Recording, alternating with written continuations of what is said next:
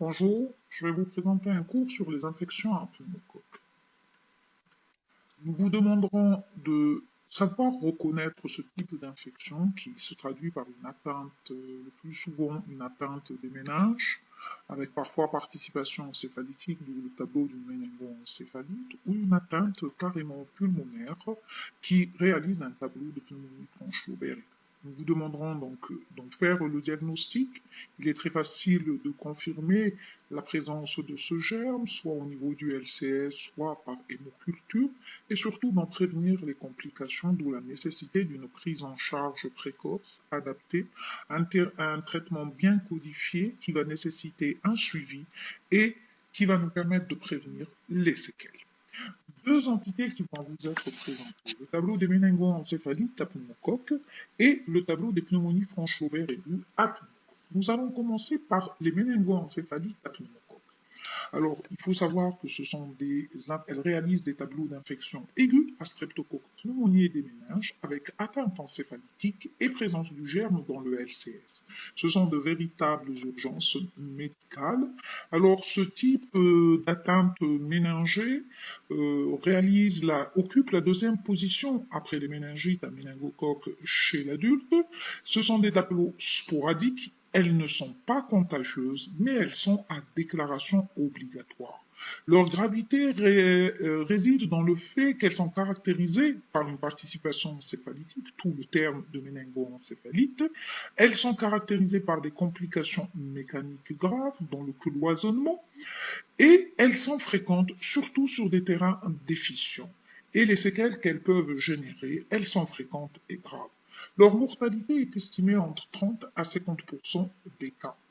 La particularité des méningoencéphalites à pneumocoque, c'est leur émergence ces 15 dernières années, émergence d'une souche de pneumocoque à sensibilité diminuée à la pénicilline et la résistance aux molécules. Elles sont également caractérisées par une récidive s'il y a présence d'une brèche ostéoméningée qui n'est pas traitée et leur survenue sur des terrains à risque, d'où l'indication de la vaccination.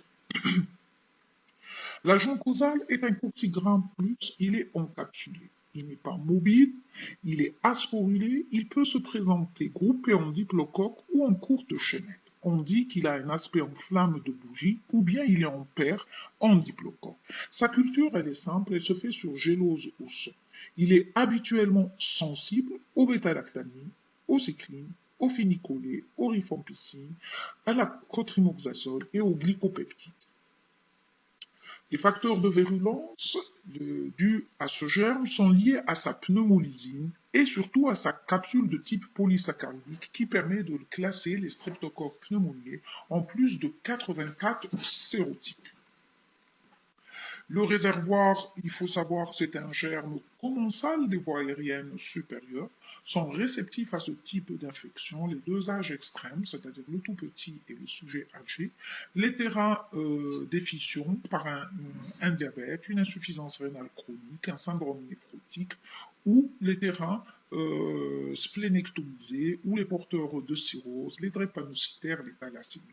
Tout comme elle se voit sur les terrains d'immunodéficience, chez les VIH, en cas de leucose, de lymphome ou au décours d'une corticothérapie prolongée ou en cas d'une dysglobulinémie. Ce sont des infections, comme nous l'avons dit au préalable, qui sont donc communautaires, elles sont sporadiques et caractérisées par une recrudescence hivernale. Il existe des facteurs de risque de la survenue d'un pneumocoque de sensibilité diminuée à la pénicilline quand il y a eu une notion d'une prise d'antibiotiques dans les 3 à 6 mois précédents, un séjour en collectivité ou en cas d'infection nosocomiale ou de la présence d'une infection en VIH. La pathogénie, donc la dissémination, elle se fait soit par contiguïté, soit par voie hématogène. Par voie hématogène, c'est la plus fréquente. Elle se fait à partir d'un foyer pulmonaire. Un foyer pulmonaire, une méningite à pneumocoque est le plus souvent secondaire à une bactérie. Elle peut se faire également donc par contiguïté, c'est la propagation directe du germe à travers une déhiscence osseuse congénitale ou acquise. Alors elle va permettre la communication entre les cavités sinusiennes ou le rhinopharynx avec l'espace sous-arachnoïdien. C'est un mécanisme qui est responsable essentiellement des méningites récidivantes, c'est-à-dire en cas d'un antécédent, la présence, la survenue d'une infection ORL, de la sphère ORL, peut être à l'origine d'une récidive de méningite à pneumocoque. La présence d'un pneumocoque dans le LCS, il génère une réaction inflammatoire, une production accrue de cytokines et un afflux de polynucléaires neutrophiles, d'où la survenue des œdèmes cérébraux. Sur le plan clinique, les méningites constituent la forme la plus grave des infections à pneumocoque, surtout quand il y a une participation encéphalique. Nous allons présenter un tableau de méningoencéphalite de l'enfant. Elle est fréquente et caractéristique. C'est la survenue de signes encéphalitiques au premier plan. C'est dire le début va être brutal, rapide. Ce qui va survenir, c'est un coup de tonnerre dans un ciel serein, survenu en quelques jours d'une infection, survenu en quelques jours au décours d'une infection ORL, otite ou sinusite ou d'une infection pulmonaire non ou maltraitée, de signes d'un syndrome infectieux qui s'aggrave et d'une atteinte des méninges. Ce syndrome infectieux, il sera fait de fièvre, qui va jalonner entre 39 à 40, qui peut s'accompagner de frissons, voire d'altération de l'état. Il va y avoir la présence d'un syndrome méningé qui est de type fonctionnel, qui est caractérisé par la triade céphalée, vomissement, constipation. Ces céphalées, ils sont intenses, diffus et de façon continue. Ils sont caractérisés par le fait qu'ils soient rebelles aux antalgiques, qu'ils évoluent par poussée paroxystique et ils sont majorés par les stimulations sensorielles. Quant aux vomissements, ils sont faciles, rangés, ils s'accompagnent de nausées et dans la moitié des cas, voire 2/3 des cas, une constipation peut être présente. On peut avoir un syndrome encéphalitique qui va être caractéristique, qui va être marqué par des troubles de la vigilance et de la conscience. Parfois, on peut trouver des convulsions qui peuvent être localisées, voire généralisées, une omnibulation, une agitation, irritabilité, voire un coma, avec des signes déficitaires focaux, moteurs, sensitifs, végétatifs ou cérébraux. Ce sont des enfants en position de chien de fusil, tête rejetée en arrière, jambes et bras en demi-flexion, signant une contracture méningée avec un dos qui est tourné à la lumière de par la photophobie. L'examen neurologique va être caractérisé par la présence de troubles de la conscience allant de la simple torpeur au coma, donc d'où l'intérêt de scorer le malade, de faire un score de Glasgow. Donc, présence de troubles neurovégétatifs qui peuvent être caractérisés par une atteinte respiratoire, des troubles hémodynamiques, voire des troubles sphinctériens et du tonus, et d'autres troubles neurologiques en foyer qui peuvent être à type de paralysie, des atteintes des pairs crâniens, une monoplégie, une monoparésie, voire une hémiplégie. Tout comme il est possible d'être confronté à une irritation pyramidale réflexe. Quant aux signes méningés, c'est eux qui font tout, qui permettent le plus souvent d'en poser le diagnostic, c'est la présence de la raideur de la nuque. C'est une contracture de défense des muscles paravertébraux en rapport avec la douleur qui est secondaire à l'inflammation des méninges. C'est une contracture qui est douloureuse, limitée, permanente, parfois évidente avec une attitude particulière du sujet couché en chien de fusil, c'est dire que son dos est tourné à la lumière avec tête en arrière et membres en demi-fléchis. On peut avoir une raideur de la nuque, c'est toute tentative de la flexion progressive de la tête entraîne une résistance invincible et douloureuse. Les mouvements de rotation et de latéralité sont possibles, mais caractérisés par une augmentation de l'intensité des céphalées. Le malade est en position couchée, avec un aspect en chien de fusil, un dos tourné à la lumière, et de par l'importance de la photophobie.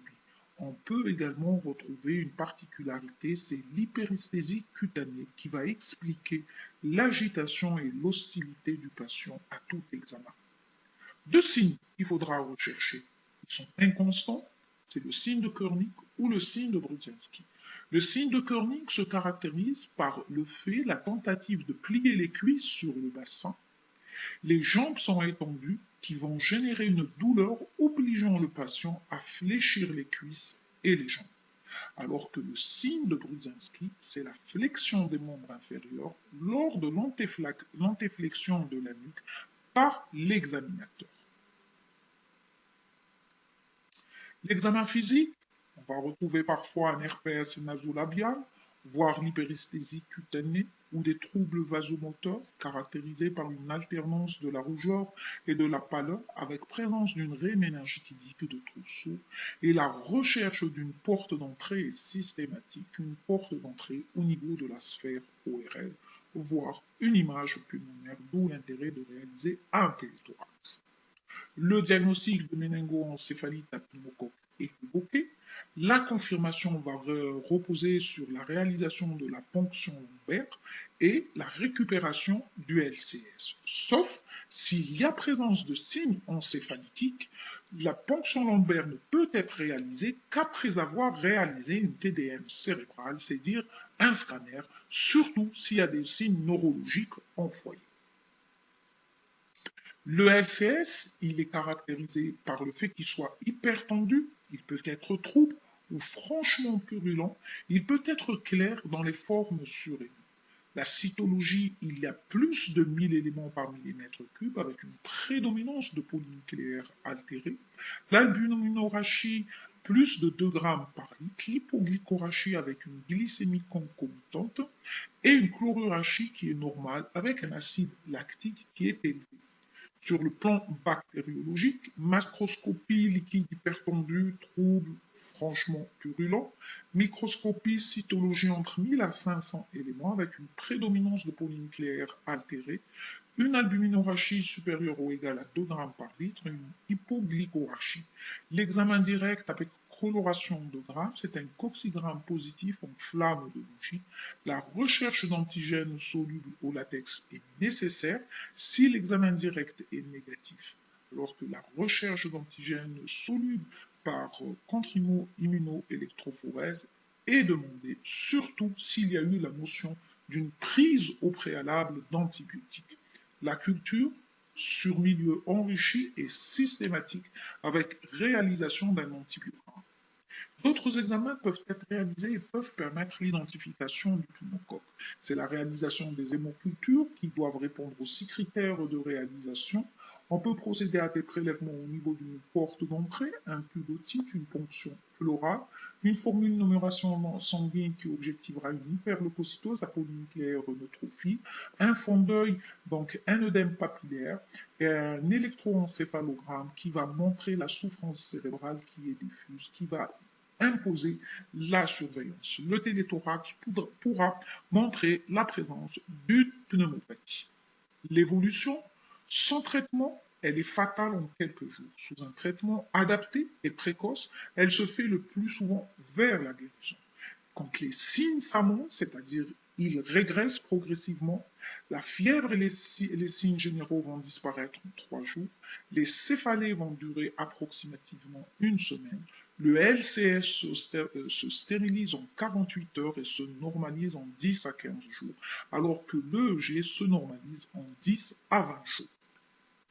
La guérison est marquée par l'amendement des signes cliniques. Sur le plan clinique, c'est l'apyrexie d'au moins 5 jours, l'amélioration de l'état général et la disparition des signes méningés encéphalitiques. Sur le plan biologique du LCS, le LCS présence de moins de 30 éléments, voire il faut qu'il y ait moins de 10, avec moins de 10% de polynucléaires neutrophiles, l'albumine et la glycorachie se normalisent. Sur le plan bactériologique, LCS doit être négatif à J3 et on le refait à J15 de traitement pour voir si on continue le traitement jusqu'à 21 jours ou on l'arrête parce que le LCS est stérile. Des complications. Alors, il y a des complications d'ordre infectieuse et des complications d'ordre mécanique. Les complications infectieuses, elles sont surtout caractérisées par l'abcès du cerveau. Il faut toujours y penser quand il y a eu une notion d'un retard à l'instauration d'un traitement, ou bien celui-ci a été insuffisant ou inadapté. Ils vont donc se manifester par un syndrome de suppuration profonde, un syndrome d'hypertension intracrânienne, voire un syndrome de focalisation avec troubles de la conscience et convulsions, voire œdème papillaire au fond d'œil et souffrance cérébrale allongée. Le diagnostic de cet abcès se fera à la TDM cérébrale. Quant aux complications mécaniques, elles sont l'apanage du nourrisson et elles se caractérisent surtout par les troubles de la circulation du LCS. Nous avons le risque de cloisonnement méningé qui est spécifique à l'infection à pneumocoque et qui est rare dans le méningo. Il est caractérisé ou il faut y penser devant un syndrome infectieux et méningé qui persiste ou qui réapparaît sous traitement, la présence de signes d'hypertension intracrânienne et de troubles de la conscience avec une fontanelle bombante et une augmentation du périmètre crânien. Devant ce tableau, le LCS est hypotendu, il est d'aspect xanthochromique avec une dissociation albumino-cytologique. On va le confirmer par une écho transfontanellaire et à l'ATDM. Alors l'écho transfontanellaire va objectiver ce cloisonnement et l'ATDM ne fera que le confirmer. La guérison se fera malheureusement avec des séquelles qui sont fréquentes, à type de crise comiciale, de troubles neuropsychiques, voire d'hydrocéphalie. Importance de la surveillance du périmètre crânien chez les petits pour prévenir le risque d'une hydrocéphalie. La deuxième complication mécanique, c'est le syndrome d'hypotension intracrânienne. C'est l'apanage également du nourrisson. Il traduit un tableau de collapsus intraventriculaire qui est secondaire à une déshydratation conséquente, qui va s'associer à des troubles de la conscience, des convulsions, une hypotonie généralisée, une fontanelle antérieure déprimée avec des signes de déshydratation. La ponction lombaire permet de retrouver une dissociation albumino-cytologique et l'évolution, un état de mal convulsif, puis il y a risque de décès. Tandis que la troisième complication mécanique, c'est l'hypertension intracrânienne. Elle est de type secondaire à l'œdème cérébral qui est important. Elle est suspectée devant la persistance ou la reprise de la fièvre, la présence de vomissements angés, d'écéphalées et d'une hypertonie généralisée. Le tout peut être à l'origine de convulsions, donc de troubles de la conscience, la fontanelle est bombée, l'augmentation du périmètre crânien, avec un œdème objectivé au fond d'œil. Le diagnostic, ça sera la TDM cérébrale, et le traitement c'est une PL soustractive répétée. On procédera à des ponctions répétées pour soustraire de la présence du LCS qui va permettre de diminuer de la tension intracrânienne. La quatrième complication mécanique, c'est un hématome sous-dural. Il réalise un tableau d'hypertension intracrânienne marqué chez les nourrissons avec une cassure nette de la courbe de poids qui peut s'observer entre la deuxième semaine d'évolution et le deuxième mois d'une méningite à évolution qui semblait favorable, marqué par une reprise de la température avec des signes méningés, des troubles neurologiques, une fontanelle antérieure qui est bombante, un périmètre crânien qui est augmenté, une hémorragie rétinienne péripapillaire au fond d'œil, le LCS est normal, alors que la TDM objective la collection sous-durale à contour régulier à contenu hypodense qui prend le contraste. La ponction de l'angle externe de la fontanelle intérieure ramène un liquide xanthochromique ou hématique incoagulable, stérile avec une dissociation albumino-cytologique. L'évolution chez ces patients qui présentent des tableaux de méningoencéphalite à pneumocoque, elle est spontanément mortelle, sous un traitement avec des ponctions répétées, un jour sur deux pendant 3 semaines, sinon des ponctions neurochirurgicales. L'hématome sous-dural est une complication qui est conséquente, qui nécessite une prise en charge en unité de neurochirurgie et avec des ponctions répétées soustractives. La guérison, elle est parfois obtenue, mais malheureusement au prix de séquelles. Pas des moindres. Les autres complications, elles seront de type neuropsychique, type de surdité, de mutilité, voire de cécité ou de difficulté moteur par atteinte centrale, donc hémiplégique, transitoire ou définitive, avec une paralysie des nerfs crâniens du 3, du 4, du 6 et du 7. Les séquelles, elles ne sont pas rares. Elles se voient surtout chez le nourrisson quand le traitement a été insuffisant ou tardivement instauré. Les hydrocéphalies ou déficits moteurs définitifs, la cécité, surtout mutilité et commercialité, les troubles psychomoteurs et les troubles du comportement avec retard psychoscolaire. Pour les formes cliniques, on va avoir des formes cliniques qui sont fonction de l'âge, fonction de la gravité du tableau, fonction de l'évolution de celui-ci, fonction des récidives qui peuvent survenir et fonction de l'aspect du LCS. Fonction de l'âge, nous avons celles qui sont liées au bas âge, surtout chez les enfants, chez qui on retrouve une notion d'autagie, de douleur abdominale, de diarrhée, voire d'arthralgie, alors que chez les nourrissons, c'est le tableau atypique et grave, signe digestif, avec une tension de la fontanelle, une somnolence, un état génial ou agité avec refus de l'alimentation. Pour la forme du vieillard, c'est la véritable confusion mentale aiguë fébrile, avec une atteinte des paires crâniennes, voire un coma et des troubles du comportement qui vont rendre le diagnostic difficile et l'évolution malheureusement est souvent mortelle. Chez le nouveau-né, c'est le tableau d'une hypothermie fréquente avec fontanelle bombante, nuque souple, hypotonie cervicale, prostration, somnolence, convulsion, regard hagard perdu et une notion d'une rupture prématurée des membranes ou d'infection materno-fétale à la naissance. Même sous traitement précoce bien conduit, le pronostic de ces complications est mauvais. Pour les formes selon la gravité, ce sont des formes à tableau méningo-encéphalytique avec un état de mal convulsif, des troubles neurovégétatifs qui imposent une prise en charge en unité de soins intensifs.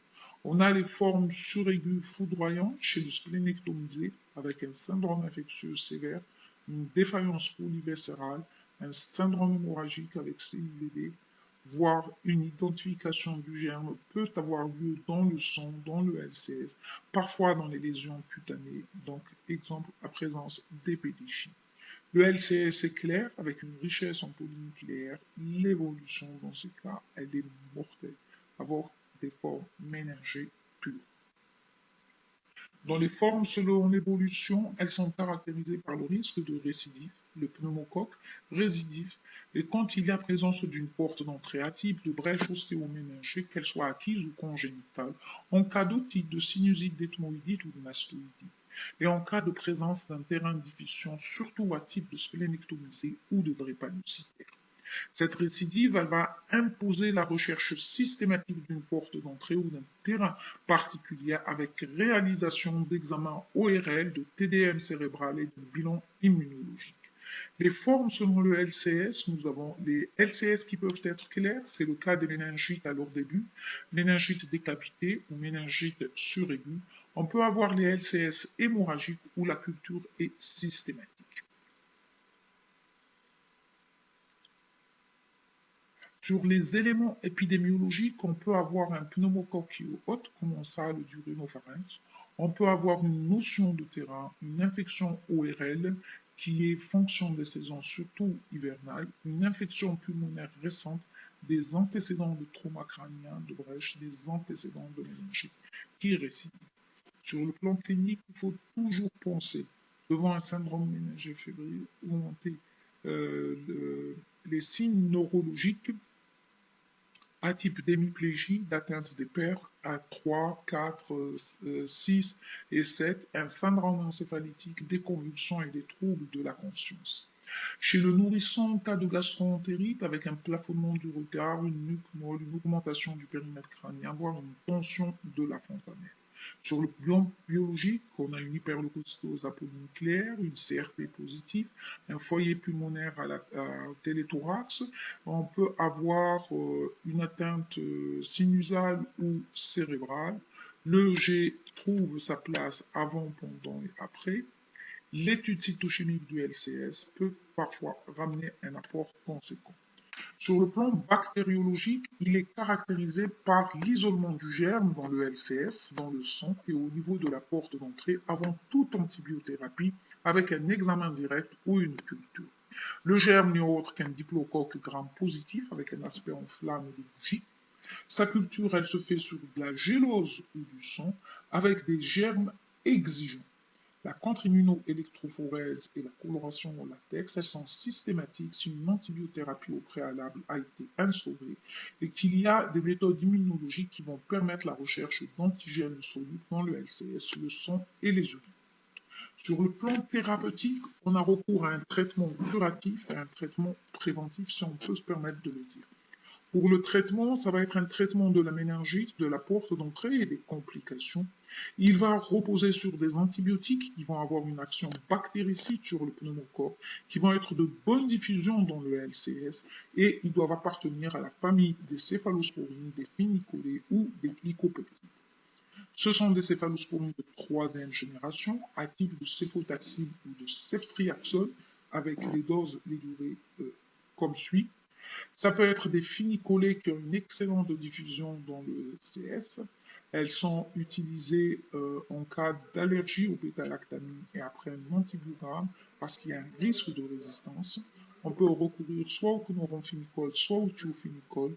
Il y a des risques d'hématotoxicité. Chez le nourrisson de moins de 5 mois et en cas de grossesse, ils sont à éviter, risque de naissance d'un bébé gris. Les glycopeptides, c'est 40 à 60 mg. Je pense que maintenant l'association le met aisément et on réfléchit à vous. Sinon, on le met en perfusion lente, on y va tout au moins 60 minutes ou 2 grammes chez l'adulte. En association aux céphalosporines de troisième génération, on peut recourir à sensibilité diminuée au pneumocoque. On peut recourir à la rifampicine, 30 minutes par kilo par jour, en association avec la vancomycine en cas d'un pneumocoque à sensibilité diminuée au pénicilline et en cas de signe de gravité. Donc c'est le tableau suivant que nous allons respecter pour la prise en charge.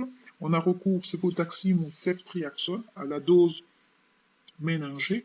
Pour la première, c'est 200 à 300 mg par kilo par jour. Chez l'adulte, on donne 6 à 12 grammes, en 4 fois par jour en IVD. Si c'est de la ceftriaxone, c'est 100 mg par kilo en une ou deux perfusions adultes. On peut aller jusqu'à 2 à 4 grammes chez l'adulte. Bien sûr, il faudra associer de la dexaméthasone à 0,15 mg par kilo toutes les 6 heures en IVD ou bien 10 mg toutes les 6 heures chez l'adulte pendant 4 heures. En cas d'insuspicion d'un pneumocoque avec des signes de gravité ou un facteur prédictif d'un pneumocoque à sensibilité diminuée au pénicilline, le traitement sera de 15 à 21 jours. Bien sûr, la céphotaxime, on le donnera à la dose de 300 mg jour.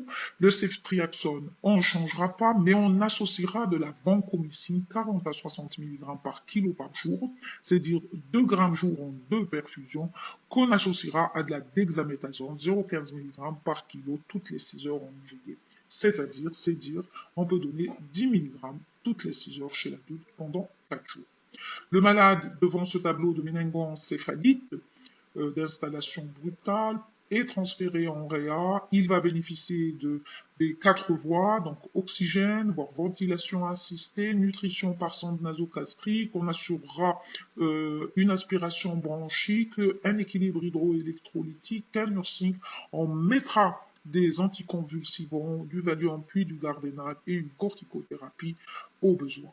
La chirurgie, c'est quand la porte d'entrée est accessible, en cas d'une brèche diomérienne, d'une hydrocéphalie, d'un épanchement sous-dural, d'un abcès cérébral et d'un drainage mastoïdien. Alors, que faire en cas d'une méningite grave? On mettra bien sûr des céphalosporines de troisième génération. Si c'est un pneumocoque à sensibilité diminuée à la pénicilline, on ajoutera de la vancomycine ou de la rifopicine. Il faut savoir que les dernières recommandations internationales de la céphalosporine de troisième génération peut suffire. On n'est pas obligé d'associer de la vancomycine. En cas de cloisonnement, c'est antibiotiques, corticoïdes et dérivation ventriculo-péritonéale. En cas d'un épanchement sous-dural, c'est des ponctions transfontanellaires un jour sur deux pendant 15 à 20 jours. Si échec, on procédera à un drainage neurochirurgical. En cas d'une hypotension intracrânienne, c'est la réhydratation En cas d'une hypertension intracrânienne, c'est les ponctions lombaires répétées. En cas d'abcès cérébraux, c'est des antibiotiques pendant 6 à 12 semaines avec une corticothérapie et un drainage neurochirurgical. Il est indispensable d'assurer une surveillance lors de l'instauration du traitement. Elle sera de type clinique. Donc, il faut surveiller les constantes vitales, l'état de conscience et l'amendement du syndrome infectieux et du syndrome méningé. On surveillera le LCS, AJ3 et AJ15. Sur le plan électrique, un EEG sera réalisé également en fin de traitement, surtout si le malade a été mis sous anticonvulsivant. Il ne faut pas les arrêter brutalement, refaire un EEG à 3 mois, puis adresser le malade chez un neurologue qui sera seul habilité si le deuxième EEG de 6 mois de suivi à son niveau revient à tracé normal pourra arrêter les anticonvulsivants. La durée du traitement, elle est de 15 à 20 jours. C'est lors de la deuxième ponction de J15 qu'on maintiendra le traitement jusqu'au 20e jour si le LCS ne s'est pas stérilisé. Le traitement prophylactique, alors il faut rechercher, nous l'avons dit, les portes d'entrée. Elles doivent bénéficier d'une cure chirurgicale s'il y a une brèche. La vaccination antipneumococcique pour les sujets à terrain à risque. On fera d'abord le Prévenard 13 qui va couvrir 13 sérotypes.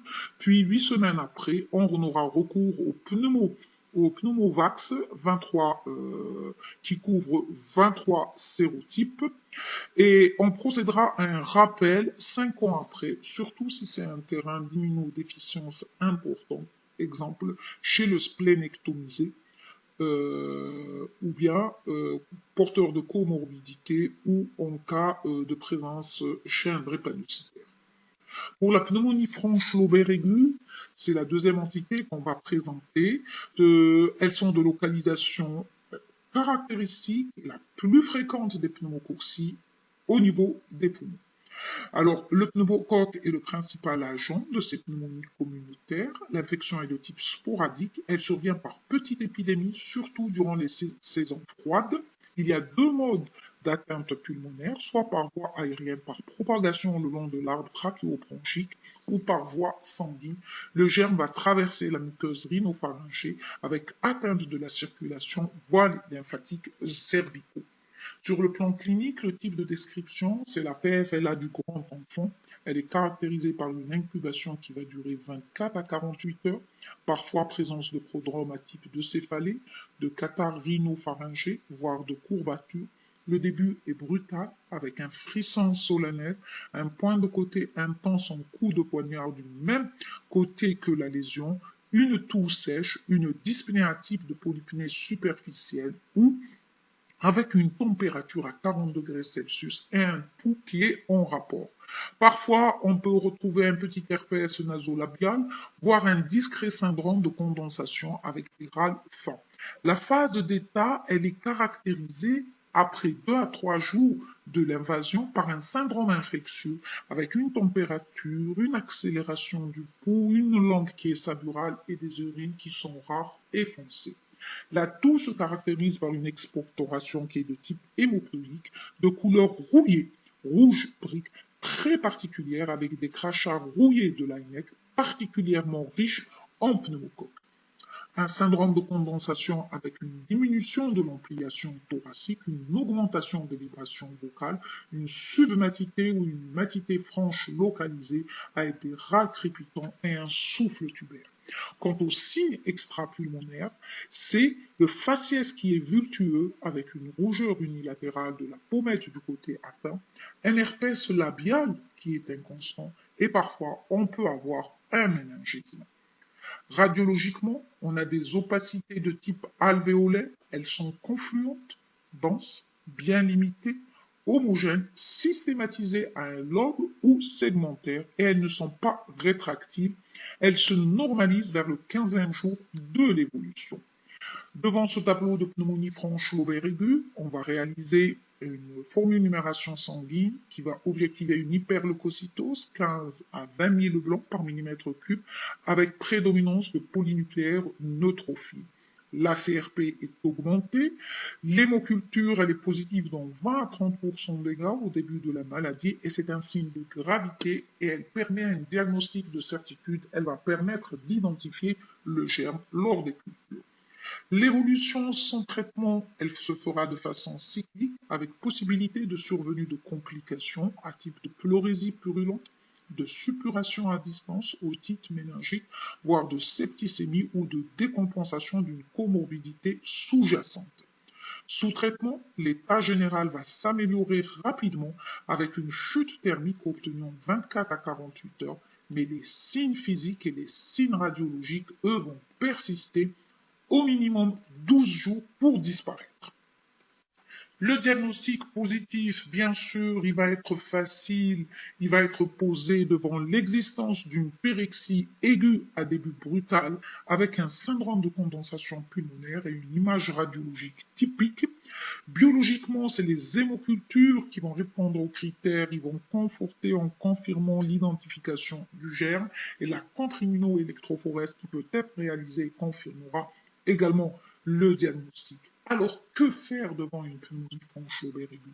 En absence de signes de gravité ou de gravité modérée chez un sujet sain, on peut mettre de l'amoxicilline 1 gramme 3 à 4 fois par jour par voie injectable ou péros pendant 10 à 15 jours, avec une réévaluation du traitement systématique en 48 à 72 heures après. En cas de signe de gravité et ou de pneumocoque résistant aux antibiotiques, on mettra de l'amoxicilline 100 mg par kilo par jour à 150 mg par kilo par jour ou les céphalosporines de troisième génération à type de céphotaxime 100 à 200 mg kg, soit 4 à 8 g jour en intraveineux. La ceftriaxone 2 à 4 g par jour. La prophylaxie, elle va reposer sur la vaccination antipneumococcique et antigrippale des sujets à risque et des personnes âgées, le traitement des infections qui vont favoriser les infections pneumococciques. Différents types de questions que l'on peut poser, que vous avez ici à la fin de la présentation.